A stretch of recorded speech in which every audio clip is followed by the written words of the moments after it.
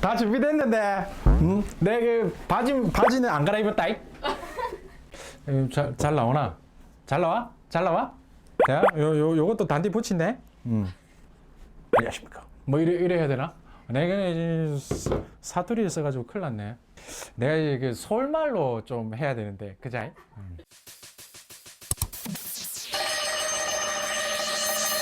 안녕하세요. 한방병원 유일한 남자 간호사 박민우입니다. 가깝고도 먼 암 치료, 놀란 마음으로 어디서부터 뭘 알아봐야 할지 막막하실 텐데요. 오늘은 이런 분들을 위해 암 면역 치료 상담에 필요한 정말 실질적인 꿀팁들을 소개해 드릴까 합니다.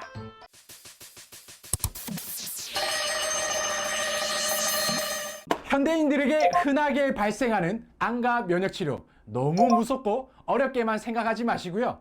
이 시간에 암 면역 치료에 있어서 대한민국 넘버원 핵인싸 하스피로 한방병원 실장의 노하우를 모두 알려드릴게요.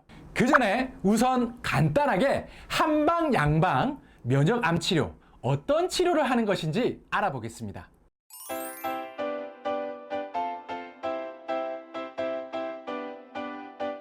현재 가장 대표적인 암 치료는 수술, 방사선, 항암을 통해서 종양을 제거를 목표로 하고 있는데요.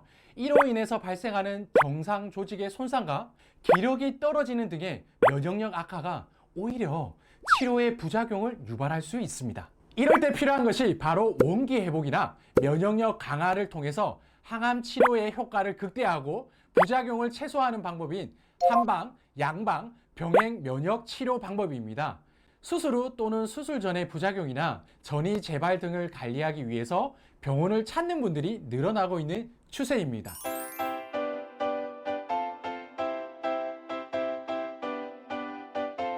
이런 암 면역 치료 병원을 찾기 전에 어떤 것들을 하나하나 따져봐야 할까요? 치료 방법, 보험, 입원 시설, 식단, 무엇 하나 빠지는 것이 없습니다. 요즘 병원을 찾아오시는 분들께서는 치료도 치료이지만 이런 치료 외에도 부가적인 부분도 많이 알아보고 오십니다. 치료 방법들은 무엇들이 있는지 꼼꼼하게 따져봐야 합니다. 면역 치료에는 단독 치료, 병행 치료, 전이 및 재발 방지 치료 방법이 있습니다. 단독 치료는 보통 면역 약침, 비윤 치료, 고주파 온열암 치료, 고농도 비타민, 해리, 미술토 이런 방법들을 통해서 면역력을 마구 증가시켜 암세포를 사멸할 수 있도록 유도하는 방법들이 있습니다. 조금 더 디테일하게 들어가 볼까요? 한방치료는 경혈약침, 증류탕약, 비윤요법, 친구요법 등을 통해서 면역치료 등을 진행할 수 있는데요. 또한 양방치료는 이뮨셀, 비타민, 미네랄, 자닥신, 해리, 미술토 등을 통해서 환자별 맞춤 면역 항암 치료 등을 알아볼 수 있는데요. 내가 치료받을 병원에 무엇들이 있는지 항상 하나하나 체크해 보면 좋겠죠?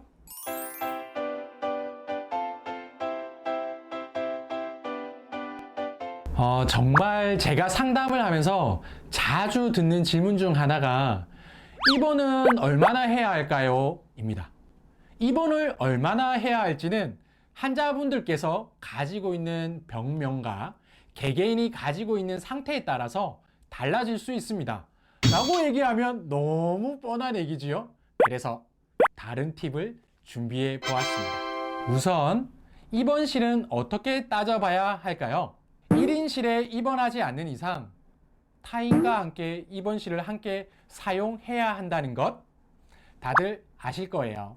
입원하는 동안 같이 지내는 사람들은 어떤 스타일인지, 보호자가 동반이 가능한지, 그렇다면 보호자가 없을 경우에 내가 과연 조용한 입원실로 배정받을 수 있을지, 이런 여러 가지 사항들이 있는데요. 이 모든 것들을 병원과 협의하여 따져볼 수 있습니다. 나는 꼭 보호자의 간호를 받아야 한다 하실 때에는 보호자가 상주가 안 되는 곳이 있거나 보호자 시설이 부족하다고 느끼는 경우가 있을 수 있기 때문에 보호자 상주가 꼭 필요하신 분들은 이 부분은 꼭 필수로 체크해 보시기 바랍니다. 병원마다 갖추고 있는 입원시설, 편의시설 등은 정말 다양한데요. 입원시설에는 간식 코너, 재활치료, 운동치료, 휴게시설, 힐링 공간 등을 따져볼 수 있습니다. 예를 들어 휴게시설에는 카페, 조교, 반식욕, 개인 운동시설 등을 알아볼 수 있습니다. 병원마다 다르지만 월별 클래스를 운영하고 있는 곳도 있습니다. 월별 클래스에는 식이특강, 암치료 관련 특강, 웃음치료, 약선 요리 교실 등 정말 참으로 다양합니다. 병원마다 이 부분은 차이가 있기 때문에 자신이 정말 잘 이용할 수 있고 필수적으로 꼭 있어야 할 것들을 찾아서 정말 알아보면 좋겠죠? 참고로 제가 있는 곳엔 이 모든 것이 있다는 점.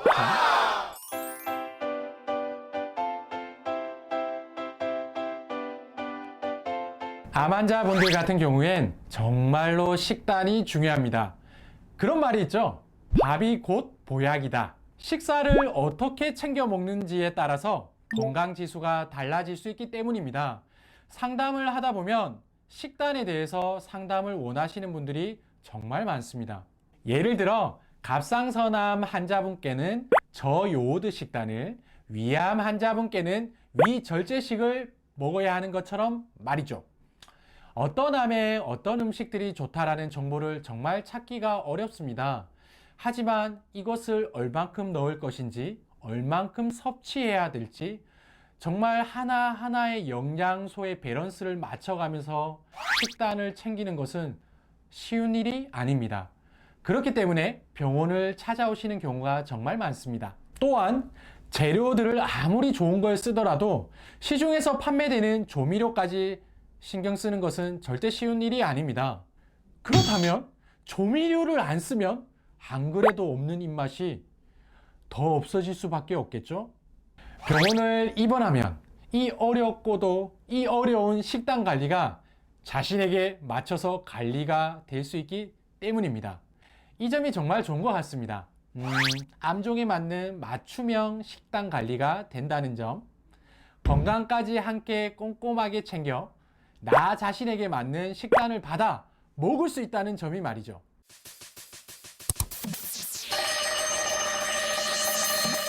저희 원장님이 자주 하시는 말씀 중에 이런 말이 있는데요. 암 치료는 정말 감기와 같다. 감기가 걸려서 치료하더라도 다음 겨울이 오면 또 감기가 안 생길 수는 없다. 그만큼 관리가 중요하다. 이런 이야기인데요.